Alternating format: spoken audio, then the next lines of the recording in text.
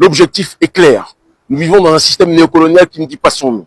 Et à part les pays de l'AES qui, sous l'impulsion de dirigeants courageux, et il faudra toujours le rappeler, suite aux mobilisations historiques de nos organisations, de la société civile contre le néocolonialisme, cette confédération est devenue une confédération qui va dans le cadre de la souveraineté et qui est en train de travailler sur le projet de monnaie AES avec des spécialistes extraordinaires dont nous aurons l'occasion de parler d'ici quelques temps. À part ces trois pays, nous sommes sur le continent africain, dans la zone dite entre guillemets, soi-disant, francophone, dans l'ancien précaré colonial. Nous sommes encore dans une zone néocoloniale.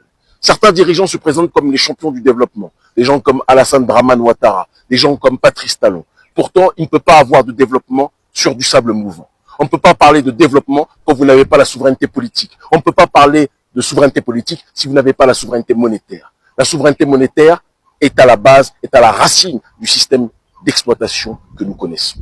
Et par contre, ce principe-là, notre organisation décide de clarifier la situation politique au XXIe siècle des nôtres en relançant